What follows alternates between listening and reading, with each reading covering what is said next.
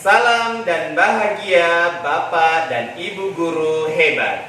Kali ini saya Astri Awal, calon guru penggerak angkatan 10 kelas 005 Kabupaten Sinjai, akan membagikan video diseminasi budaya positif dan pengalaman saya dalam menerapkan salah satu dari kegiatan budaya positif.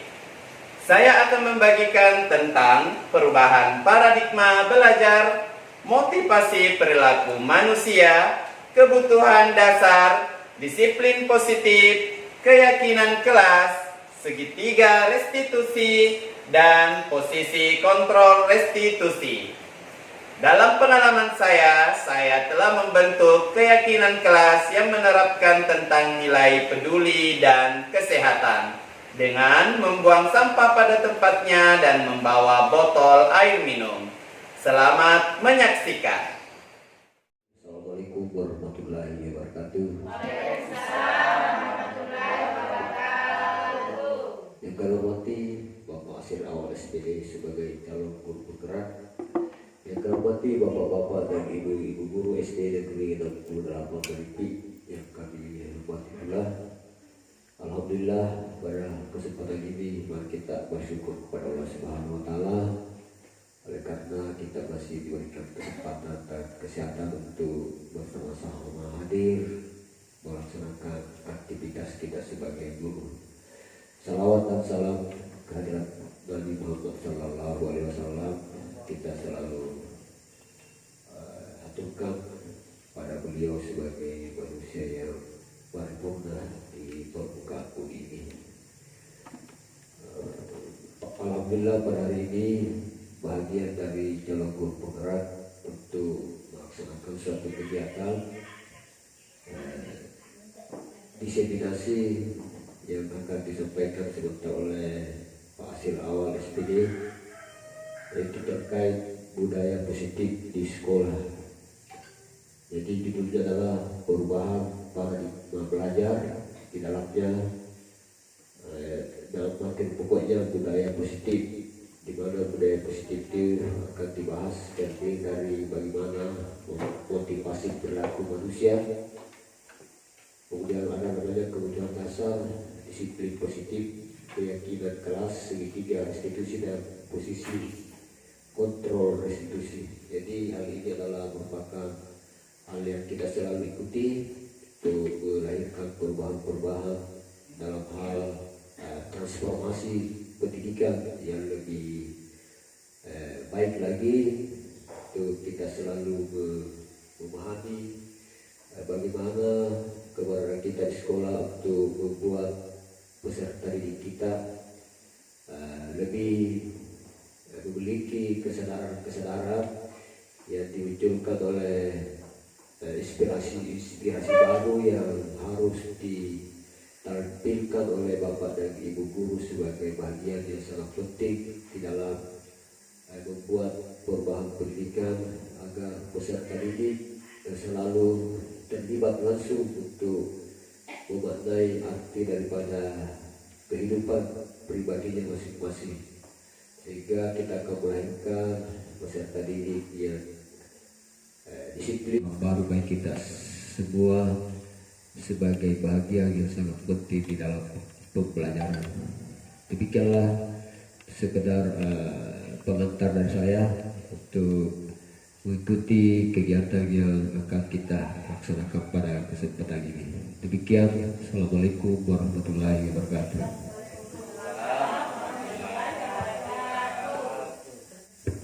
Oke, Bapak Ibu, terima kasih Pak Haji atas. Assalamualaikum warahmatullahi wabarakatuh.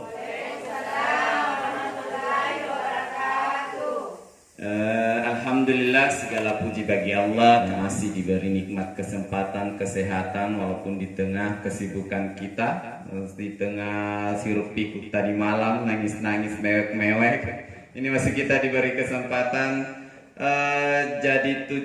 Kemudian salam dan salawat Allahumma sholli ala Muhammad wa ala ali Muhammad senantiasa kita kirimkan ke guru dan teladan.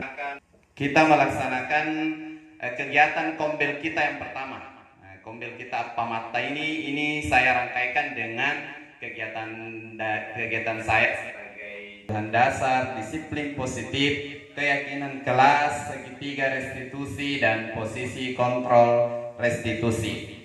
Nah, kita bahas dulu yang pertama karena ini yang melahirkan semua ini. Nah, jadi ini ibu kandungnya. Paradigma itu adalah perubahan pikiran, pandangan. Dibilang paradigma itu pandangan kita tentang belajar itu di zaman sekarang itu pasti akan digiring ke pemikiran baru.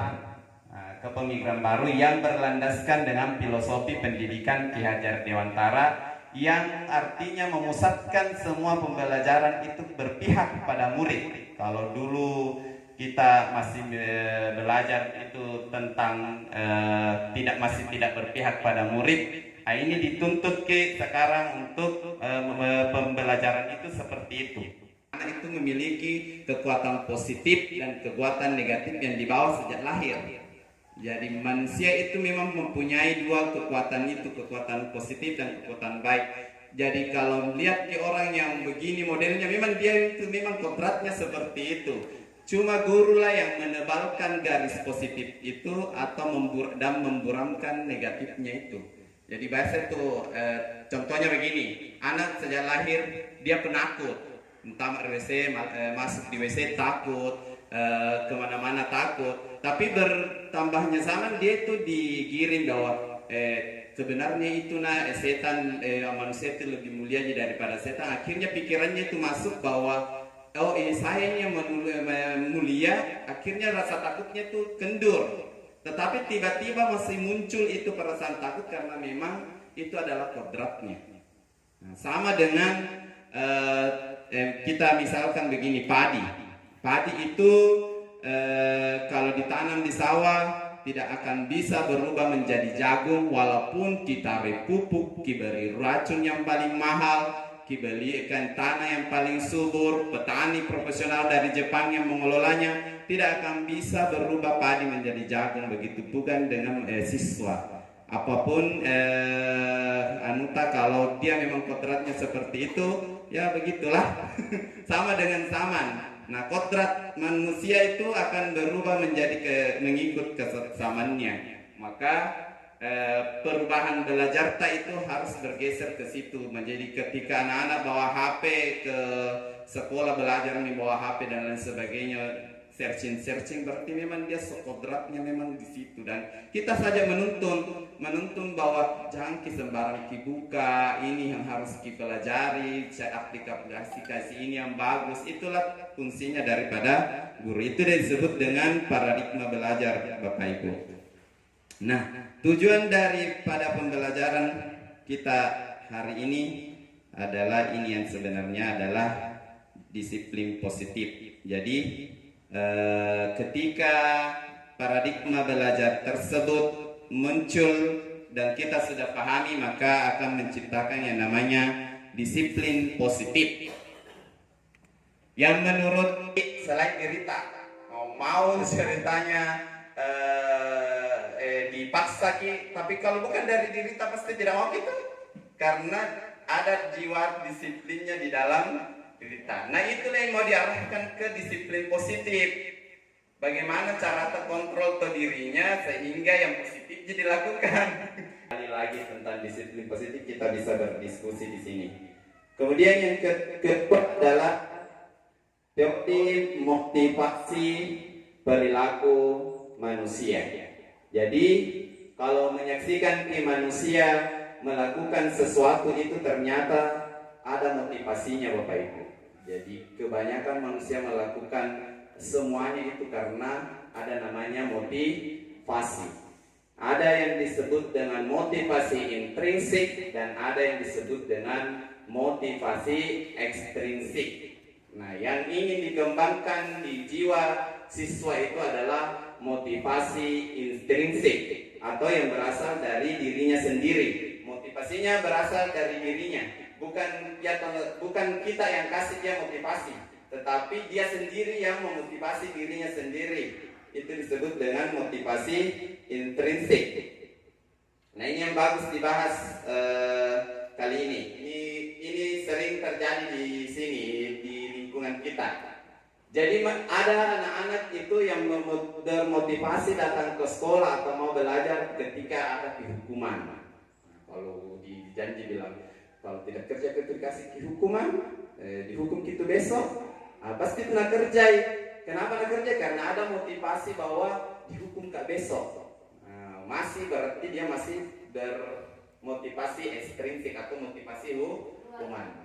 Kemudian ada juga orang atau siswa atau murid yang bermotivasi karena menginginkan penghargaan atau hadiah. Kalau begini kak, mungkin siapa apakah begini, saya lakukan ini, apakah pujian dari guruku. Nah, itu semua adalah motivasi ekstrinsik yang akan kita giring atau mengubah ke motivasi intrinsik. Nah, kenapa hukuman dan penghargaan itu tidak dianjurkan di dalam teori motivasi? Nah, jadi mengapa hukuman dan penghargaan itu tidak dianjurkan di teori motivasi? Karena hukuman itu efeknya tidak berjangka lama.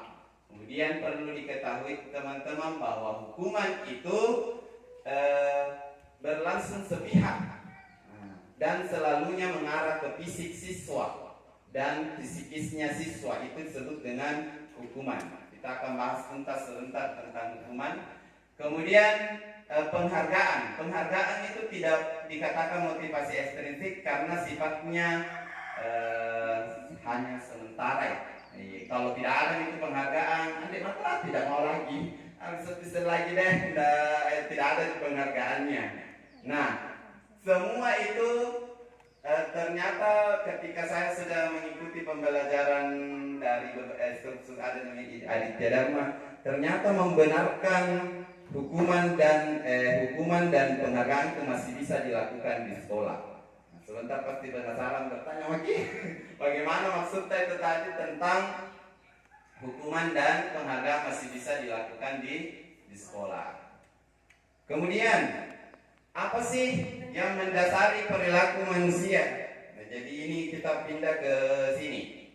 Jadi setelah motivasi ini berhubungan sekali dengan ini, kebutuhan dasar manusia dan telah disepakati. Nah, jadi ini konsekuensi itu adalah hukuman yang sudah disepakati atau disetujui antara murid dan guru itu sendiri. Kemudian ini konsekuensi harus bisa diukur. Nah, ini yang saya maksud tadi Bapak Ibu. Penghargaan itu kenapa dilarang di teori motivasi? Karena selalu menimbulkan kecemasan. Nah, ini cemas pasti kalau ada penghargaan, ini tidak dapat, pasti rasa cemas saya kalau tidak dapat ini penghargaan ini. Tidak enaknya itu rasa apa mau bilang orang, astaga saya ini yang pertama kali di sini, kenapa tidak kudapat lagi? Itulah kelemahan dari penghargaan. Kemudian penghargaan itu menimbulkan rasa dihukum. Kebutuhan dasar. Nah, ini kebutuhan dasarnya ada 5. Jadi kenapa manusia berperilaku? Karena dia punya motivasi. Dan motivasinya itu selalu berhubungan dengan kebutuhan dasar. Satu kebutuhan dasar yang berwarna putih itu Bapak Ibu adalah bertahan hidup. Jadi kalau siswa lihat anak-anak siswa di sini ada yang palak-palak, kemungkinan besar itu dia bertahan hidup karena masih lapar tidak pergi di sekolah. Atau kalau lihat anak-anak yang selalu minta jajannya temannya, kemungkinan besar dia memenuhi kebutuhan dasarnya yaitu bertahan hidup. Kemudian ada kesenangan. Nah, ini banyak sekali siswa-siswa selalu culik temannya. Bisa saja dia butuh kesenangan di situ. Ketika temannya ada sedih, ngisi puna copi dan lain sebagainya ngaprami, timbul ke rasa senangnya lihat ke temannya begitu, berarti dia ini kebutuhan dasarnya ingin merasa senang. Dan yang terakhir adalah kebebasan. Tidak mau disuruh-suruh, tidak mau lagi kerja kelompok seenaknya. Itu karena ada rasa kebebasan di dalam siswa tersebut. Jadi Jadi ada 5 kebutuhan dasar dan itu semua dimiliki oleh manusia. Nah, itu dimiliki oleh manusia. Nah, kalau salah satunya saja ini tidak didapatkan, itu akan berperilaku negatif. Nah, itu namanya 5 kebutuhan dasar dari manusia. Ini berarti kita sudah membahas 4. Selanjutnya kita masuk ke ini posisi kontrol. Posisi kontrol itu ada di sebelah sini ya, tapi sebelumnya masuk di segitiga sama keyakinan, kita bahas dulu posisi kontrol. Nah, ini guru itu memiliki 5 posisi. Ada namanya posisi penghukum, ada yang namanya posisi pembuat rasa bersalah, kemudian ada dibilang posisi teman, ada dibilang posisi pemantau, dan ada posisi manajer. Dan yang paling diutamakan itu adalah pemantau dan manajer, karena ini kedua posisi adalah menggiring siswa ke identitas sukses. Itu adalah salah satu ciri dari penghukum. Tapi dia berubah ke posisi pembuat rasa bersalah, tidak marah-marah lagi, tetapi bibinya anak-anak jadi down. Maksudnya apa ya, kayak dibikin itu anak-anaknya dia punya rasa yang paling salah paling besar. Karena kita itu nangis teman tak. Kalau ini yang anggap teman bagus. Nah. Kemudian ada posisi pemantau. Posisi pemantau itu adalah posisi yang memantau semua aturan yang ada di sekolah dan konsekuensinya. Jadi itulah yang dilakukan sebenarnya piket. Kalau piket datang, yang dilihat itu pemantau tidak pakai sepatu, panjang rambutnya, bajunya tidak sesuai dengan warnanya, itu semua sesuai dengan aturan-aturan sekolah. Dan itu yang dikasih konsekuensi. Kemudian posisi manajer. Posisi manajer ini menerapkan ini yang namanya segitiga restitusi. Nah, segitiga restitusi ini tidak bisa ada kalau tidak ada ini. Keyakinan kelas atau keyakinan sekolah. Kita lihat dulu 5 posisi kontrol ini tadi ya. Ini indikatornya kalau posisi penghukum. Ini nada suara tinggi, membentak, bahasa tubuh mata melotot, menghardik, jari menunjuk-nunjuk, berkaca pinggang. Ini hukumannya verbal. Nah, ini murid biasa mendendam. Nah, ini efeknya kenapa kita dilarang posisi menghukum, karena murid biasa menjadi pendendam. Kemudian ada posisi ini tadi ya, merasa bersalah. Nah, guru menyatakan hal-hal yang merasa kesalahan ada pada murid dengan membuat guru menderita. Saya minit sebentar dimarahi sama Pak Kepse gara-gara kita itu kita itu kasih begitu toa. Sebentar ini saya menghadap sama kepala sekolah.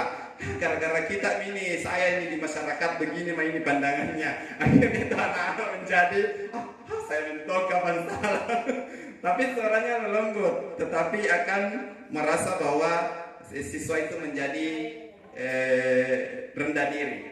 Dan ini paling sering saya lakukan sebelum saya belajar, ini posisi paling enak ini. Padahal menurut saya bilang, ini paling bagus tidak marah-marah Mak. Padahal kalau posisi menghukum kan marah-marah tuh. Nah, saya ini melembut tidak marah-marah, ternyata ini masih menggiring ke posisi identitas gagal. Nah, ini kalau posisi teman. Ini posisi teman itu terlihat ramah, akrab, selalu bercanda gurau, senyum jenaka dan lain sebagainya, tetapi dia dampaknya itu bergantung pada temannya itu sendiri. Contohnya bilang, ya satu lagi begini, bilang ada di temanku guru di dalam, pasti tidak mungkin tidak naik kelas, dia perjuangkan teman. Atau kalau dihukumi biasa dia datang dicurhat sama itu dia kasih begitu ke saya, masa itu kita akhirnya ada beberapa dampak negatifnya. Nah, ini posisi pemantau, dia bersuara datar, tidak emosional, tidak bersenda gurau, tidak menggunakan suara tinggi, tetapi selalu memantau ketika diberi konsekuensi. Ini posisi pemantau. Dan yang terakhir adalah posisi manajer yang seperti yang saya tadi jelaskan. Bukan paksaan, dipaksa anak-anak minta maaf sama temannya yang sudah siambat. Nah, dipaksa minta maaf itu bukan restitusi. Tapi dia akan diberi tawaran. Solusinya bagaimana? Kadang siapa tahu Nabi bilang tidak tahu tidak minta maaf karena gengsi, tapi dia dengan cara kembali menemani cerita berarti nanggap dirinya minta maaf, atau nabelikai gula-gula temannya nanggap dirinya minta maaf. Berarti dia memang itulah disebut dengan restitusi. Restitusi itu pasti memperbaiki hubungan, kemudian menebus kesalahan. Jadi kalau restitusi itu ini turun ciri-cirinya. Kemudian restitusi adalah cara yang paling baik dari versinya. Kalau versinya curhat sama Bapak Silku, saya itu sebenarnya bingung Pak, yang mana dibilang kesepakatan sama keyakinan. Karena menurut saya sama sih. Ternyata berbeda sekali. Kesepakatan kelas itu adalah aturan yang dibuat bersama oleh siswa dan guru di dalam kelas itu. Sama dengan kesepakatan sekolah, aturan yang dibuat oleh guru dan kepala sekolah dan murid, itu adalah aturan. Nah, itu di kesepakatan kelas itu mengandung semua kalimat-kalimat positif. Ya, tidak ada bilang dilarang menyontek, tapi diubah menjadi kalimat positif. Bersikap jujur ketika ulangan. Nah, itu diubah semua dan kata-kata dilarangnya itu menjadi kalimat-kalimat positif. Karena kalimat-kalimat positif itu mengandung doa di dalamnya. Iya, harap tenang atau iya, jangan berjangan. Iya, jadi kalau membuat kesepakatan nanti, dan itu mutlak harus ada di setiap. Justru kalau sama Pak Haji waktu sama diturun di, memang setiap belajar itu pasti ada kesepakatan pelajaran tak. Dan itu selalu dibahas di awal pembelajaran. Hari ini anak-anak kita buat kesepakatan dulu yuk. Kita maunya sebentar, bagaimana anak-anak, kita tawarkan nih, kalau begini setujui kalau saya lakukan seperti ini sebentar. Itu adalah suatu kesepakatan. Plus tarik konsekuensi, yang melanggar bagusnya diapain. Itu disebut dengan kesepakatan. Maksudnya kalau melanggar seperti ini bagusnya diapain. Bagusnya mungkin dikasih begini, ditawarkan lagi. Kalau tidak bagus sekali anunya, usulannya anak-anak bilang disuruh Pak lompat-lompat, disuruh Pak masuk di kolom meja, itu kan menurut kita tidak terlalu, diarahkan lagi. Bagaimana kalau yang begini hukumannya setuju bagi semua, barulah kesepakatan kelas itu terbentuk. Terus apa itu keyakinan di kelas? Nah, tidak bisa ada keyakinan kalau tidak ada yang namanya kesepakatan kelas. Iya. Tidak ada yang namanya keyakinan sekolah kalau tidak ada peraturan. Karena yang sebenarnya melahirkan keyakinan itu semua peraturan. Nah, justru keyakinan itulah yang Anraka ngasih ini aturan-aturannya. Tetapi dari banyaknya aturan biasa tersedia keyakinan rangkum. Nah, dari satu ibu keyakinan itu biasa banyak anak-anaknya muncul, anak-anak peraturannya di dalamnya. Nah, yang melakukan kita contohnya begini Bapak Ibu. Angura biasa nak Helen nak dingkari kotaya. Karena yakin kalau dia pakai Helen dia pakai ditilang toh. Iya, ditilang berarti muncul keyakinan tak pakai pertendi Helen tidak kalau tidak tilang toh. Iya, bukan, tapi kan itu keyakinan tak, dan pasti dilakukan kalau pergi di kota tak? Karena itu sama dengan keyakinan Bapak Ibu, menggiring semua melakukan kegiatan itu karena ada keyakinan tertumbuh di dalam tak. Nah, nanti aku lakukan ini, begini kan? Kalau tidak kulakukan ini sebentar, kegiatan ini akan merusak anuku tadi pendirianku bilang harus kah begini. Nah, contohnya. Kalau pakai perempuan pakai jilbab di sekolah pernah, karena yakin bahwa tidak enak dilihat orang tuh kalau dia pakai jilbab di sekolah menjadi guru. Nah, kenapa kita lakukan tiap hari? Karena yakin tidak bagus. Karena munculnya ada rasa keyakinan tadi dalam, maka kita lakukanlah itu. Dan kalau kita langgar pasti tidak enak tidak enak aku rasa.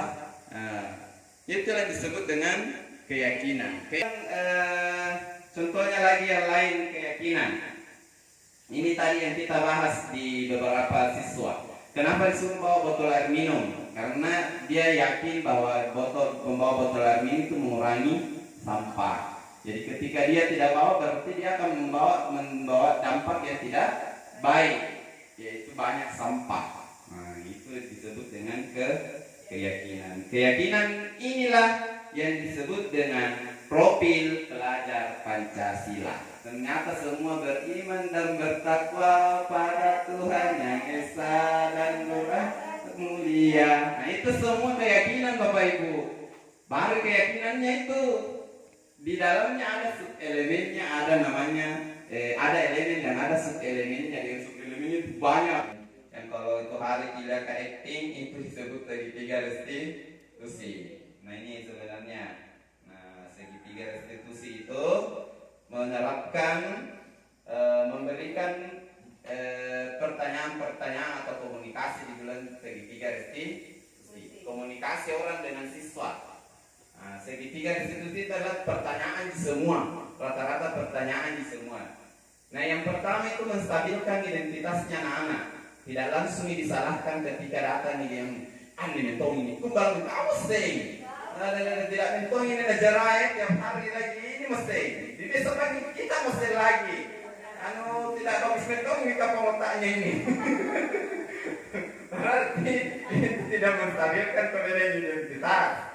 Tetapi pertanyaan-pertanyaan identitas itu ini tadi, bahwa semua kesalahan itu wajar. Semua manusia itu pasti memiliki kesalahan. Tidak ada manusia yang sempurna. Kemudian semua masalah bisa diperbaiki dan fokuslah pada satu titik masalah. Nah, kemudian yang terakhir adalah kamu bisa menjadi yang terbaik, versi terbaik dari itu. Itu disebut dengan menstabilkan identitas.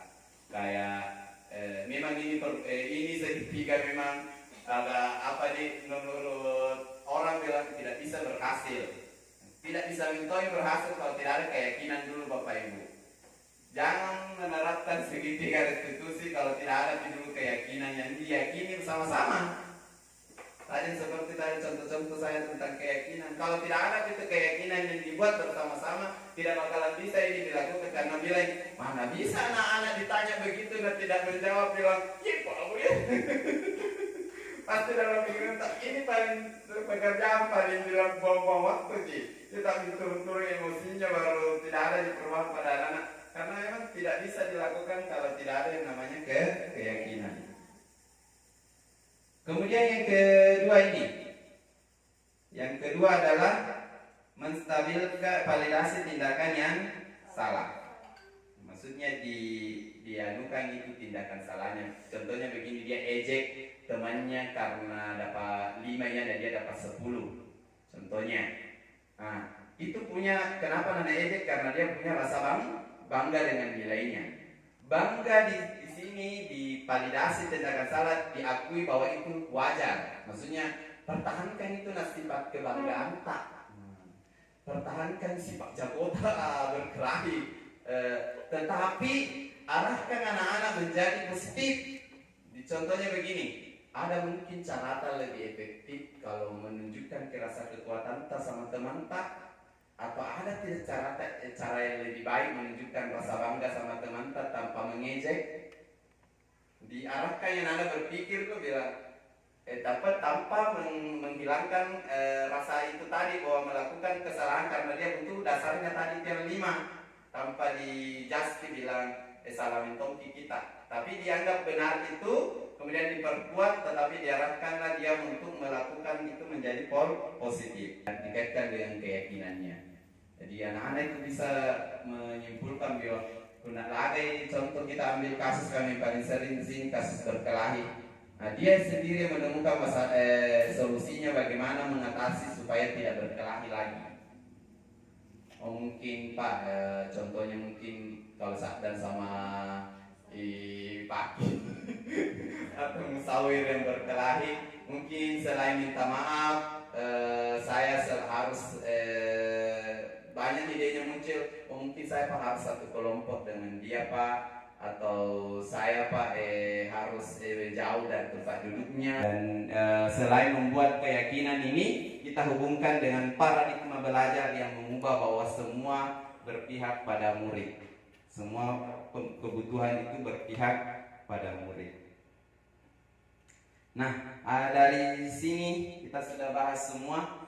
Saya singgung pengalaman saya Bapak Ibu sebelum saya bagi ke teman-teman. Jadi pengalaman ini disaksikan langsung sama Pak Haji.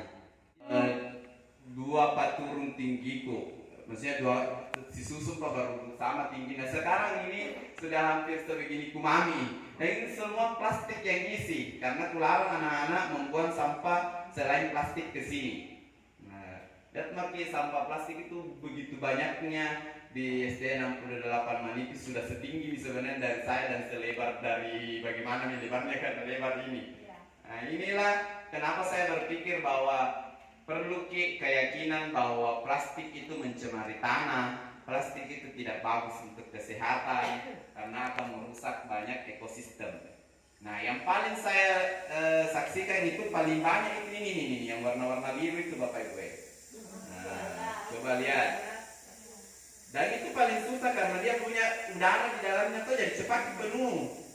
Karena tempes begininya, dia akan menumbangi. Jadi kalau banyak begitu, maka akan semakin banyak sampah akan menumpuk. Nah, kemudian muncullah ide bahwa bagus kapan kalau kita buat idenya seperti ini, TPA. Nah, botolnya tidak usah Tupperware juga ya, tapi banyak itu botol yang agak bagus dijual di Berlina juga ada. Jadi enak yang mengepel di pagi hari itu sudah ada nih airnya. Jadi yang tidak bawa botol itu Bapak Ibu dipantau. Oh tidak bawa di botol, berarti ada sebentar ini di dalam kelas beberapa botol yang berisi air untuk cuci pel besok. Itu adalah konsekuensi dari yang tidak membawa botol. Kemudian yang disaksikan sama Pak Haji beberapa hal yang sudah biasa disaksikan. Yang ini kemarin terjadi Pak Haji buang sampah sembarangan. Itu adalah keyakinan yang betul-betul memang agak perlu perhatian ekstra lakukan betul bahwa membuang sampah itu berarti tidak yakin dengan kebersihan. Nah, inilah tapi itu sudah berkurang di sekitar 80%-an. Sekitar 80% itu dari kebiasaannya anak-anak buang sampah sembarangan itu sudah berkurang dengan penerapan keyakinan tersebut. Yang dulunya biasa itu kalau tanggal-tanggal merah itu hari Minggu penuh sampah di sepanjang taman. Kemudian biasa ya, sampah di bagian depan itu penuh berhampuran. Ini beberapa kali pemantauan alhamdulillah sudah mulai membaik dari penerapan keyakinan sekolah. Sampai di sini ada yang mau ditanyakan Bapak Ibu?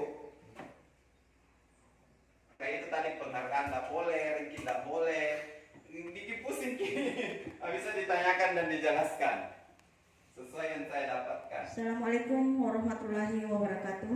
Waalaikumsalam warahmatullahi wabarakatuh. Terima kasih atas kesempatan yang diberikan kepada saya.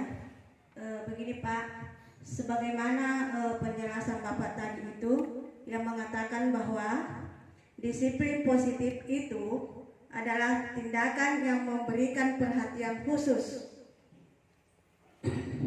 pada pengembangan disiplin dan tanggung jawab diri dengan pendekatan yang seimbang dan mendukung. Pertanyaan saya di sini Pak, apa saja yang dapat kita lakukan atau dapat kita terapkan disiplin positif yang kita akan lakukan di sekolah? Terima kasih. Assalamualaikum warahmatullahi wabarakatuh. Masih ada Bapak Ibu, saya tampung 3 pertanyaan baru kita jelaskan. Ada yang mau membahas tentang penghargaan dan hukuman? Ya, jadi terima kasih dari pemaparan Pak Asir awal tentang bagaimana membuat budaya positif pada diri siswa atau peserta didik. Dari beberapa uraian materi di atas, intinya di sini dulu adalah keyakinan. Nah, itu saya dengar tadi penjelasannya. Bagaimana kira-kira membuat anak itu mereka yakin bahwa saya harus seperti ini. Ya, karena terkadang kita lihat di pelajar di peserta didik itu kita biasa sudah tegur, tapi masih seperti itu setiap saat atau setiap hari di sekolah. Ya. Dan memang berarti ini keyakinan. Itu yang pertama barangkali itu bagaimana mereka membuat betul-betul yakin pada dirinya. Apa penyebabnya sehingga dia begini? Apa penyebabnya sehingga tingkah lakunya itu memang seperti itu? Apakah sudah dari lahir atau pengaruh apa itu sehingga anak-anak terkadang, karena ada juga anak-anak yang biasa berlaku baik di sekolah ya, tanpa ditegur. Apakah memang karakternya seperti itu? Apakah memang dia sabar atau seperti itu karena dia punya perbedaan perlakuan di sekolah? Ya, jadi ini perlu barangkali kita gali apa kira-kira penyebabnya ini anak sehingga, karena harapan kita di antara 20 orang mau kita disiplinkan, tapi pendisiplinannya itu agak berat. Contoh biasa saya masuk di kelas 1 yang didisiplinkan, yang lainnya masih ribut. Ini berat kalau saya masuk di kelas 1. Dan biasanya kalau gurita masuk takut. Ya, biasa. Apa ini bedanya saya dengan gurita? Apakah gurita matanya melotot kalau masuk? Karena biasanya itu orang takut kalau baru masuk di pintu awas masih tunjuk. Saya lihat di televisi itu ditunjuk. Atau ada biasa saya lihat di televisi itu kalau ada banyak orang lain masuk, nah ada juga diantaranya itu bapak atau ibu itu yang seharusnya mengajar, dia kasih begini mulutnya waktu dilarang ribut. Ya ribut kalau ada orang masuk. Ini juga dilarang juga menghakimi siswa kalau besar suaranya guru. Saya perhatikan di sini masih ada guru biasa marah-marah. Ya, dan saya bilang tidak bisa saya barangkali larang. Tapi dengan aja tadi penjelasannya Pak Asri, ada beberapa hal yang tidak boleh dilakukan guru dengan aturan-aturan yang namanya kurikulum merdeka ini. Ya, ini mau diganti karena saya bisa bilang tapi ada tuh karena anak-anak katanya dikerasi berubah. Nah ini ya nanya tapi karena berubahnya itu sudah tidak sesuai ya, terlalu disayangi cengit, terlalu dimanja namanya kan, terlalu manja ya, salah juga. Berarti berposisi di mana sebenarnya nanti ini di tengah-tengah. Berarti ada tadi kita bertindak sebagai manajer dan kontrol. Dua aja Pak deh. Didik ya pemantau saja. Jadi pemanya ada yang berkelahi bagaimana? Dan dia karena dilarang kenapa kau berkelahi? Ya, karena marah lagi itu kan. Kenapa kau berkelahi? Sudah dicap, sudah. Ya ada kalau gitu kita itu bisa lahir. Ya jadi barangkali dari diskusi ini bagaimana kita ini bersikap sebagai guru untuk membuat anak-anak kita berkembang positif terhadap sesuai kemampuan yang berbeda-beda. Saya berikan gambaran karena yang kita alami setiap hari, ya kita alami jadi ada sebuah hubungannya padahal kita di sini harus membudayakan yang positif, harus ada dulu keyakinan. Harus keyakinan dulu membuat anak itu yakin bahwa kalau saya lakukan ini hasilnya. Kalau saya tidak lakukan ini, begini efeknya. Itu juga barangkali itu baru masuk bagaimana disiplin positif yang kita lakukan. Apakah termasuk teman-teman pun biasa kenapa marah-marah begitu ini? Kenapa marah? Karena kami juga berdua ibu adik, kenapa marah-marah ibu adik? Saya tidak mau tegur. Karena siapa saat tegur marah juga ibu adik sama saya kan salah lagi. Ya jadi inilah barangkali Pak Asri bisa membantu dan membuat teman-teman guru mereka berada pada posisi manajer dan kontrol. Ya ini yang perlu dimiliki oleh teman-teman guru di zaman sekarang. Tadi baru saja namanya ada kedengar guru-guru marah. Kenapa keluar? Gelap. Saya marah lagi. Biasanya Pak Itara kerota kalau lagi karena sebenarnya banyak sebenarnya kalau kita mengkaji hal-hal yang sebenarnya bertentangan dengan dunia politik saat ini itu ke depannya. Sekian, assalamualaikum warahmatullahi wabarakatuh. Ya, sebelum 3 penanya bisa silakan Bu Miftah. Terima kasih atas kesempatan yang diberikan. Di sini saya masih bingung Pak tentang bagaimana penerapannya itu hukuman dan penghargaan yang efektif. Itu saja Pak, terima kasih. Kasih banyak Pak. Silahkan Bu Mia. Ya baik, bismillahirrahmanirrahim. Assalamualaikum warahmatullahi wabarakatuh. Waalaikumsalam. Terima kasih atas kesempatan yang diberikan kepada saya. Setelah mendengarkan tadi pemaparan Bapak Asri Awal SPD mengenai budaya positif, tadi Bapak di sini menjelaskan bahwa jika hukuman itu diberikan kepada siswa itu tidak akan bertahan lama jika diperlakukan. Nah, pertanyaan saya, adakah cara lain bagaimana caranya agar anak-anak itu bisa berubah tanpa hukuman? Kemudian yang kedua, tadi Bapak menjelaskan mengenai konsekuensi hukuman dan konsekuensi.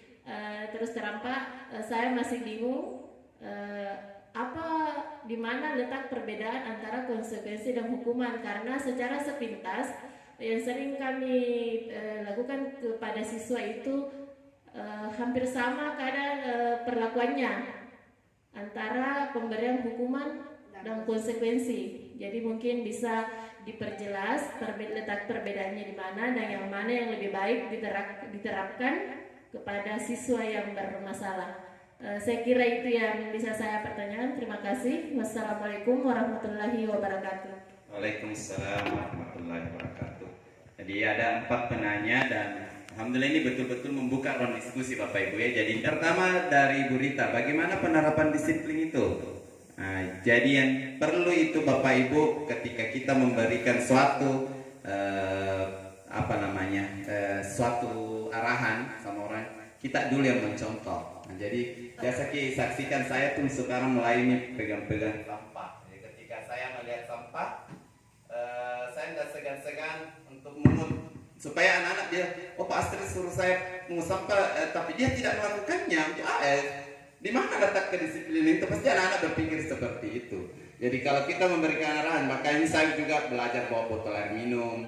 Penerapan disiplin begitu. Ketika kita mau menerapkan disiplin, sebenarnya itu mulai dari diri tadi dulu. Nah, mulai dari diri sendiri baru bisa yang namanya disiplin. Kemudian yang kedua adalah itu kolaborasi Ki. Tidak bisa Ki berhasil kalau saya sendiri. Buktinya tadi malam bagaimana Bapak Ibu? Sukses acara karena kolaborasi yang baik dari semuanya. Itu tujuannya di sini. Tidak bakalan berhasil disiplin positif kalau hanya satu orang yang hanya kepala sekolah yang maunya begini, kita tidak. Itu dibilang tidak berhasil kedisiplinan. Makanya perlu yang namanya kolaborasi dari setiap elemen yang ada di sekolah, baik orang tuanya, masyarakat, bahkan di lingkungan seperti ini bisa diajak kolaborasi, tidak menutup kemungkinan itu. Kemudian selalulah membuat peraturan kelas. Nah, ini kita akan berkaitan lagi sebentar dengan Ibu Mia pertanyaannya. Kemudian kita masuk di pertanyaannya Pak Haji. Nah, ini kenapa dia masuk di kelas Berita berbeda ya anunya. Karena dari anunya dia baru beradaptasi dan sudah baca misi kapta. Nah, ini biasa anak-anak itu pintarnya di situ. Dia pintar menganalisis. Oh, kalau Pak Haji memang tidak pernah jika tegur. Kalau Ibu Rita kan baru begini. Dia makanya ada perlakuannya itu yang anak-anak bisa baca. Anak-anak bisa maksudnya bisa ukur di anggota. Iya. Oh, kalau kayak anak saya itu sudah tahu. Ayah itu kalau marah sebentar sih. Sebentar itu datang peluk-peluk. Karena dia sudah baca, maksudnya sudah anak-anak sudah tahu sebenarnya. Sama itu tadi, beberapa anak itu bahkan justru lebih cerdas dari itu. Ketika kita periksa ulangannya dan tidak perhatikan baik-baik spasi dan lain sebagainya, jawabannya mungkin tuh asal jawab nih, karena kita tidak mungkin dia sudah membaca. Nah, itu kecerdasan alamiah yang dibawa oleh anak kodratnya. Dan kalau perlakuan seperti banyaknya kasus begitu, saya biasa hubungkan dengan kodrat alam. Nah, beda-beda sekali memang alamnya, mani carumbaan dengan alam bagian atas, kekotaan. Kalau di sini memang kayak ruang BK lah begitu, itu ruangan BK. Tapi efektif kita bilang Pak Haji tadi, kalau ditegur, tapi coba perhatikan beberapa keadaan ke depan Pak Haji, berlaku terus tidak rajinnya. Nah, itu Pak Haji maksudnya. Apakah setiap hari Senin akan begitu terus? Nah, itulah efek hukuman. Dia tidak efektif akan berlangsung karena dia tidak yakin dengan hadir tepat waktu kayak itu merupakan suatu tanggung jawab. Kalau begini kita bertanggung jawab ke atas diriku. Kalau tidak hadir itu berarti saya memang orang tidak bertanggung jawab. Maksudnya efektif memang itu hukuman Bapak Ibu. Siapa bilang efektif dan penghargaan tidak ada keluar? Maksudnya itu yang tidak dapat memang betul ya. Tidak nampak langsung perubahan sama anak. Kalau dihukum pasti berubah itu sebentar. Kalau bilang diam di situ, pasti berdiam itu. Tapi besok itu ribut lagi. Karena tidak efektif. Makanya hukuman dan penghargaan itu tidak efektif. Kemudian kesepakatan. Kesepakatan kelas yang harus kita selalu buat. Nah, ini harus betul ya. Kita harus membuat kesepakatan kelas karena di dalamnya itu memuat aturan-aturan yang berlaku. Dan kenapa ada kejadian malam hari keluar malam-malam? Karena kita tidak buat kesepakatan terlebih dahulu datangnya. Bila sebentar nak, kalau malam kita datang, begini diperlakukan tak di sini. Kita tidak buat dulu kesepakatan itu sebenarnya itu tujuan dari kesepakatan itu sendiri. Kenapa biasa anak melanggar ketika karena kita tidak buat kesepakatan dari situ. Jadi tadi malam kan tidak ada tahu memang kalau keluar tuh malam-malam berbahaya. Sebenarnya tujuannya itu menegur bagus sekali karena kalau hilang teman atau tiba-tiba di situ mainnya jatuh karena licin, bagaimana dan sebagainya itu pasti seorang guru itu tenang kalau gak salah itu Saya tuh berpikir bahwa guru itu tidak ada seorang guru cakgan toje anu lakukan present tuh cakgan atau tidak pernah sampai ke sini. Tujuannya menegur pasti baik sih, tujuan toa. Maka itu tadi bahwa buat kesepakatan sebelum ada kegiatan itu akan pasti akan lebih baik terarah. Kemudian ada tidak cara lain untuk berubah. Nah, ini berubah itu di Al-Quran saja saya bilang tidak berubah nasib satu kaum kalau bukan kaum itu sendiri yang mengubahnya. Jadi memunculkan motivasi intrinsikik itu Pak, itulah cara berubah yang sebenarnya. Memunculkan motivasi dalam diri kita untuk berubah, itulah sebenarnya dari tujuan utama disiplin positif. Kalau dari sini naik pun tidak bisa mengubah. Kalau dari di sini maka tidak cara lainnya itu selalulah kita selalu menuntun dan tidak bosan kita di situ karena memang tugas tak guru di situ. Di rumah saja anak kalau saya saksikan, ya Allah bagaimana apalagi kalau siswa SD. Betul ya. Kemudian pertanyaan dari Bu Ita tentang apa sih penerapan penghargaan dan konsekuensi itu bisa tidak dilakukan efektif. Nah ini yang saya tadi singgung-singgung dan bisa ditangkap sama Bu Ita. Efektif Bapak Ibu. Hukuman itu sama penghargaan efektif kalau dilakukan bijaksana. Jadi kebijaksanaan sebenarnya yang paling utama kalau menerapkan ini.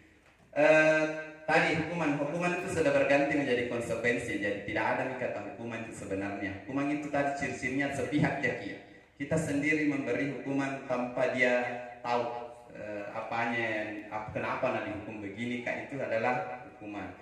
Efektif ketika dibijaksanai, sama dengan penghargaan. Penghargaan itu akan efektif ketika dibijaksanai.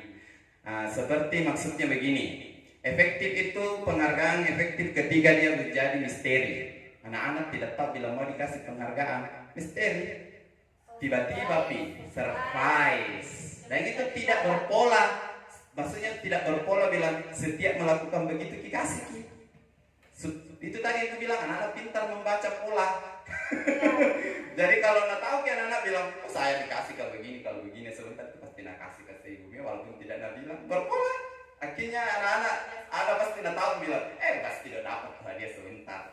Nah, itu tidak bijaksana dan tidak efektif karena sudah dibilangnya misteri Bapak Ibu di bawah memang nih anak-anak sebentar kalau yang dapat 100 dapat hadiah begini, itu tidak misteri nih.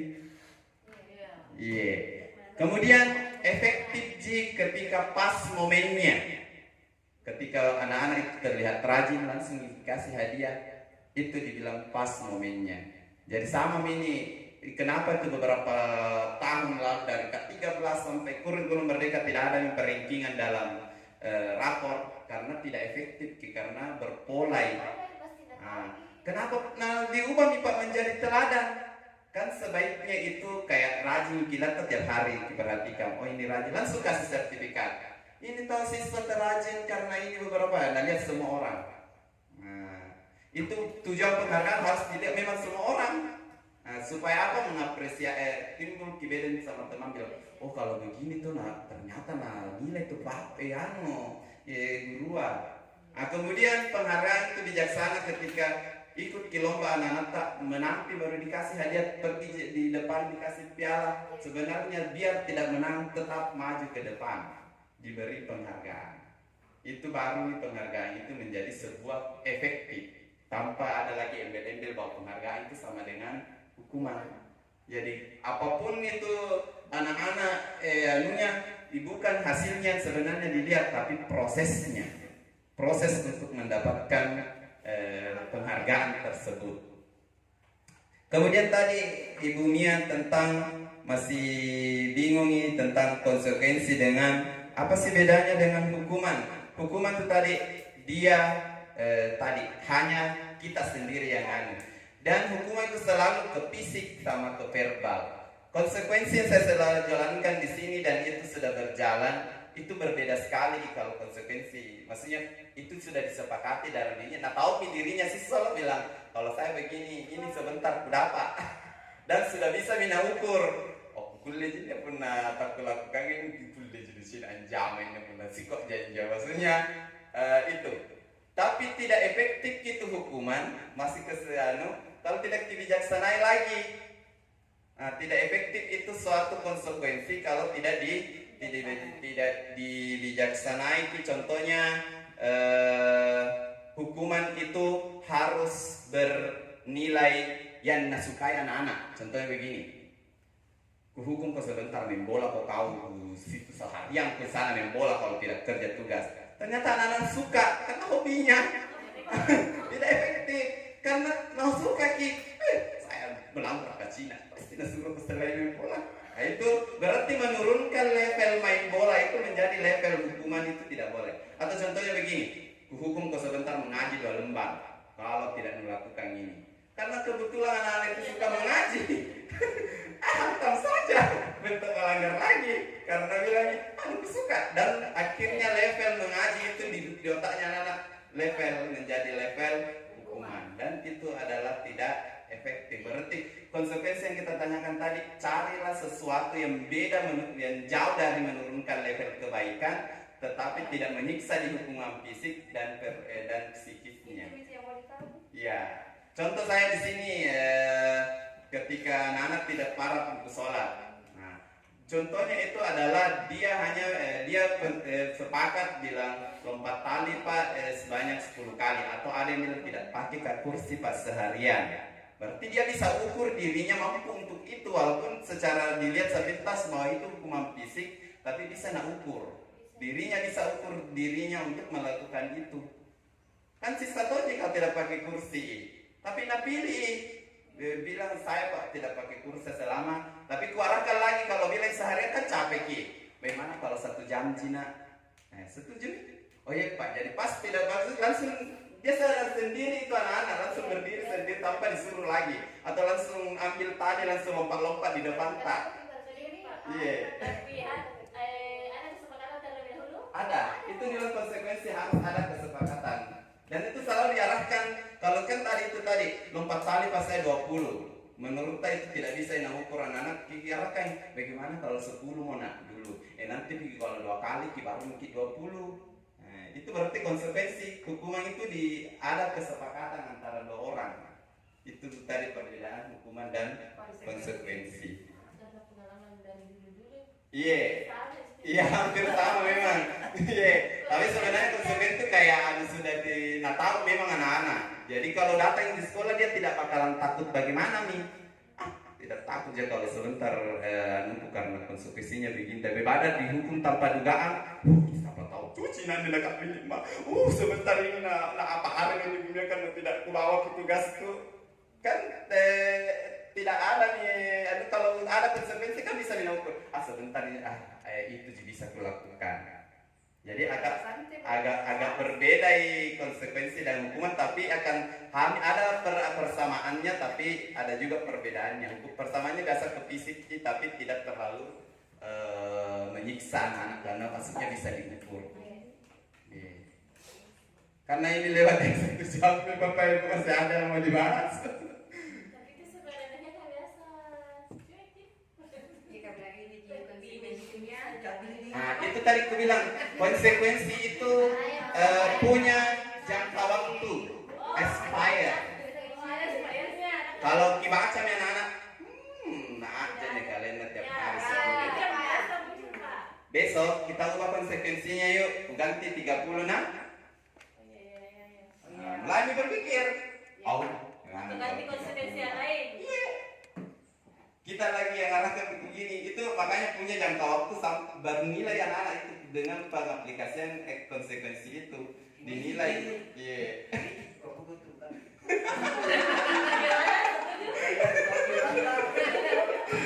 Ada lagi Bapak Ibu? Ya. Jadi saya saja ini materi yang sering dibahas sama Bu Mia. Saya tadi pernah nih tentang ini. Saya penasaran sekali nih dengan materi ini. Muncul di disiplin positif beberapa orang ada muncul modulnya di DTMM. Membahas lagi, saya penasaran lagi. Akhirnya pas kan di CGP ada materi ini, mantap, saya dapat nih ilmunya. Dan insya Allah bisa diterapkan karena memang ilmunya itu sesuai dengan masuk di pikiran saya. Bagus diterapkan. Iya, rangkaian dari ini Pak Haji ada modul namanya pembelajaran berdiferensiasi. Jadi sebenarnya ini masih ada rangkaiannya. Jadi ketika kita sudah belajar ini, bagaimana cara mengukur bakat dan minat? Sekarang modulku saat ini sudah berjalan yaitu pembelajaran berdiferensiasi dan sistem coaching. Nanti di modul 3 baru modul kepala sekolah, tapi untuk modul 1 dan modul 2 itu modul guru memang di situ. Jadi nanti ketika masih bertanya bagaimana minat tidak tahu memang bakat dan kodratnya alat. Ternyata di situ digali di pembelajaran berdiferensiasi. Iya. Kalau segitiga institusi Pak Haji, ini ada yang pertama adalah menstabilkan dulu identitasnya Pak Haji, diakui bahwa semua manusia itu sama. Manusia itu tidak ada yang sempurna, pasti punya banyak kesalahan. Saya saja biasa berbuat salah, itu dikasih tahu ke anak-anak. Dan saya dipanggil di sini, saya tidak mau ke siapa yang benar dan kamu yang salah. Kalau dipanggil berdua, dikatanya tidak mau apa saya bela-bela kedua saya menempatkan dua-dua salah, tidak menempatkan, tidak ada yang mau kubela di dua-dua ini. Saya hanya mau menemukan solusi yang terbaik. Itu dia yang dikatakan. Kata satu. Itu kan tetap aja dilakukan. Segitiga restitusi itu begitu. Tidak memihak antara ini karena kita hanya mau mencari dua solusi, tidak dibilang kau salah. Nah, contohnya begitu. Jadi kalau begitu Pak, dia sendiri yang temukan kesalahannya begitu. Iya, ditanya sebentar, kenapa dikasih begitu? Berarti macam ke 5 kebutuhan dasarnya. Iya. Oh bisa nih deteksi, ini anak-anak suka mentonya begini, dikasih tegas nih. Oh karena kita suka kuasa, contohnya. Karena kita kuasa berbeda. ada tidak cara lebih bagus untuk menunjukkan kuasa itu dengan tidak memukul? Iya. Ada tidak cara, maksudnya cara itu menunjukkan tanpa memukul.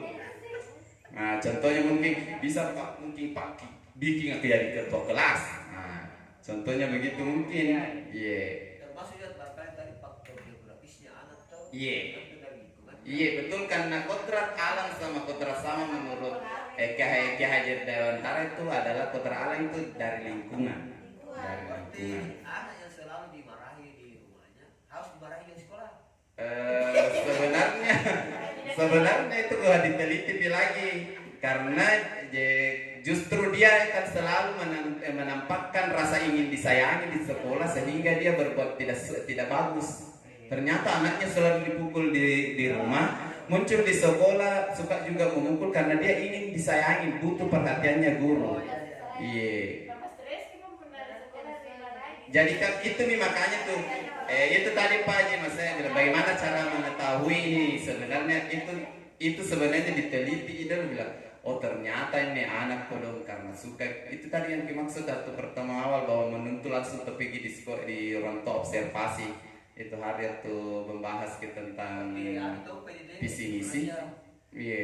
Diteliti Pak juga kondisinya anak di rumah. Iya. Kenapa Pak Bapaknya begini? Makanya ketika segi restitusi itu tidak berhasil, langsung orang tua dipanggil kolaborasi ditanya apa sebenarnya ini pemicunya sehingga dia begini. Nah, baru dia tahu penanganannya kalau anakku pada kena untuk kujang payung dari mulai ya. Oh berarti ini anak suka cari perhatian supaya selalu ditegur dan dia bahagia kalau ditegur. Oh merasa diperhatikan kalau ditegur makanya selalu berbuat ulang. Karena di rumahnya tidak pernah diperhatikan, akhirnya berbawa ulang. Pasti itu selalu ketemu. Kau sih Andi. Oh iya, dalam hatinya tegur kata. Iya. Merasa senangi dengan. Iya merasa senang. Karena dia punya kebutuhan senang. Jadi memang itu tadi butuh memang ketika seorang guru kolaborasikan antara orang tua dengan anak. Ada bentuk kolaknya re. Iya. Pokoknya itu hati kolaknya kan. Dan kekerasannya di rumahnya itu menampakkan kekerasannya di sekolah. Dan sebenarnya dia butuh ingin maksudnya penyelesaian dari solusi itu. Maksudnya biasa saya dengar orang tua itu bisa bilang kita gak mati bentuk di sekolah kalau begini caranya begini anaknya di rumah. Iya betul. Tidak boleh juga kita salah kaprah karena memang karakternya tuh orang tua seperti itu. Iya. Maka cara mendidiknya biasa saya ya ada beberapa biasa saya dengar atau bentuk itu dalam kamu karena gandra itu juga dan itulah tujuannya dari keyakinan mengubah orang tua kan generasi itu pasti berlanjut kita terus Bapak Ibu punaya tomosnya nagu pada tatuan pasti naturunkan irana nagu panjang anak naturunkan cucunya maka kebudayaan itu tidak akan pernah berubah karena ya mentonya terus diikuti sampai atau berputar gitu. Makanya itu tadi itu bilang disiplin positif tentang buang sampah yang selalu kita dengar Pak Jeta. Pernah selalu buang sampah nak matu itu kan di rumah pasti begitu ki juga. Pergi ke tempat rekreasi begitu ki juga. Pergi ke di mana saja di pantai begitu ki juga. Nah dia kianat tak bapakku begitu tonji dan ikut-ikutan akhirnya nantinya bapaknya melahirkan lagi anak. Nah jadi bisa pokoknya apakah sampainya turun menurun. Iya. Nah itu maka mau dipangkas di titik ini. Pangkas kita lah yang akan mengubah bahwa pendidikan anak orang tuanya di rumahnya keras. Bagaimana coba caranya memangkas nah berkali bagus dong. Tidak menghilangkan keseluruhan tidak karena keyakinan itu tidak bisa diubah sama dengan orang Islam kalau ia tuh percaya Islam karena yakin itu sama Allah budaya itu berarti dia melakukan ribuan pun budaya makanya itu membentuk budaya itu susah ya ada juga pernah terjadi pas kita kan selalu diharapkan buang sampah di tempatnya ada orang anak saya lihat barangkali karena saya dilihat berarti dia belum yakin betul lah yakin gitu Pak. Saat dia mau buang sampahnya dia kasih masuk di kantongnya karena pernah gue mengatakan kalau ada sampah kasih masuk di kantong dan pas dia mau buangin dia kak berarti tadi itu belum yakin maka keyakinan ini barangkali harus berbulan-bulan dia terapkan di siswa betul Pak Haji paten di dalam diri dia Iya. Pas kata dia aksi masih tantang, semuanya mau dia buang. Masih motivasi ekstrinsik ya, Pak. Masih mau mengharap pujian. Prinsipnya masih rendah. Belum muncul dari dirinya Pas sadar kaji kan sendiri. aksi tantang pada saat saya tidak dia lama buang kita. Iya. Puji dikit langsung. Oh ya, masuk di situ. Nah itu ciri-ciri menuju ke situ nih. Maksudnya sudah ada nih. Eksternal yang masuk. Iya, masih Iya, eksternal. baru 50%. Apa tadi lagi itu segitiga pertama tadi apa itu dibilang? Menstabilkan identitas Pak Haji. Ya, Ustaz. Jadi menstabilkan identitas, kedua validasi tindakan salah itu tadi ada tujuannya tapi itu diperkuat dan diarahkan ke arah positif. Tidak boleh dihilangkan rasa kebanggaannya atau rasa ingin berkuasanya karena memang itu kebutuhan dasarnya manusia, tapi diarahkan ke cara untuk mendapatkan yang lebih baik. Itu validasi tindakan salah. Yang ketiga, menanyakan keyakinan Pak Haji, dia yang mencari solusinya dan keyakinan apa yang dia langgar. Iya, itu penerapan segitiga konstitusi. Nah itu berlaku sama guru Pak Haji. Kalau saya melanggar bisa dikasih begitu. Iya. Iya. Oh iya. Kata perolahan. Iya betul. Udah saya ngadep kisahnya setan nggak kita.